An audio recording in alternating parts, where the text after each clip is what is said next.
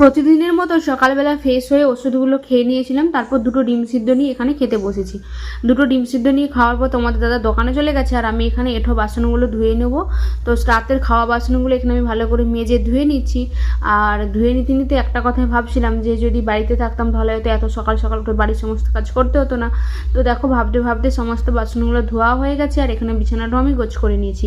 আর সকালে যে বাসি ঘরটা ছিল ওটাও এখন ভালো করে ঝাঁটিয়ে নিচ্ছি।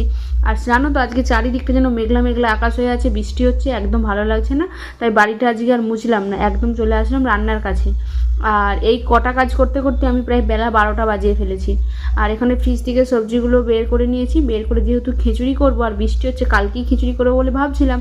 তো এখানে সয়াবিনগুলো ভিজিয়ে মুগ ডাল আর চাল সমস্ত কিছু ভালো করে পরিষ্কার করে ধুয়ে হাঁড়িতে জল বসিয়ে দিয়ে দিলাম সেদ্ধ হতে।